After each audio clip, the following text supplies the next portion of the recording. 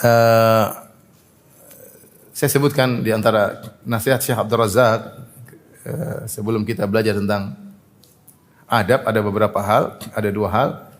Yang pertama beliau mengingatkan agar seorang ketika belajar adab berniat agar bisa mengamalkannya.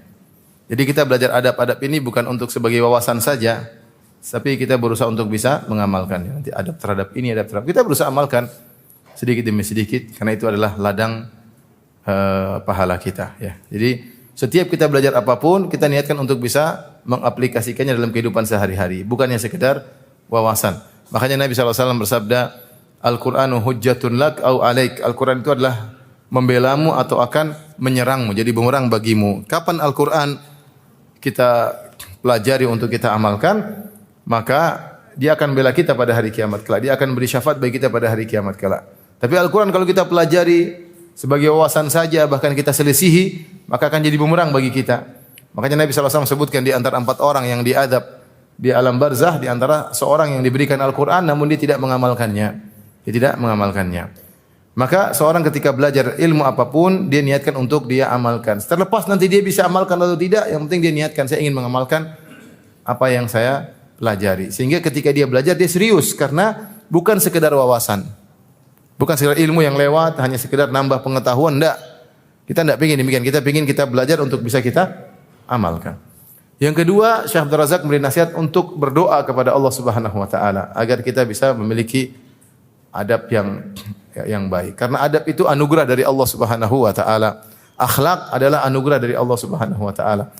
Di antaranya Taus bin Kaisan seorang tabi'in ya.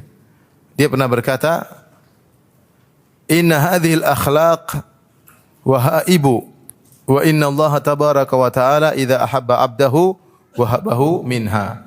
Kata Taus bin Kaisan rahimahullah taala, sungguhnya akhlak ini di antaranya adab-adab adalah anugerah wahaib, anugerah dari Allah Subhanahu wa taala. Dan jika Allah sudah mencintai seorang hamba, maka Allah akan menganugerahkan dari akhlak tersebut kepada hamba tadi ya.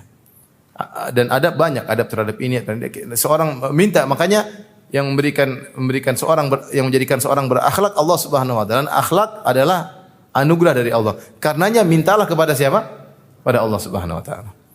Maka di sela-sela kita berdoa, jangan lupa kita berdoa, Allahumma hdini li ahsanil akhlaqi la yahdi li ahsaniha illa ant wasrif anni sayyi'aha la yasrifu anni sayyi'aha illa ant. Ya Allah, berilah petunjuk kepadaku untuk melaksanakan akhlak yang terbaik.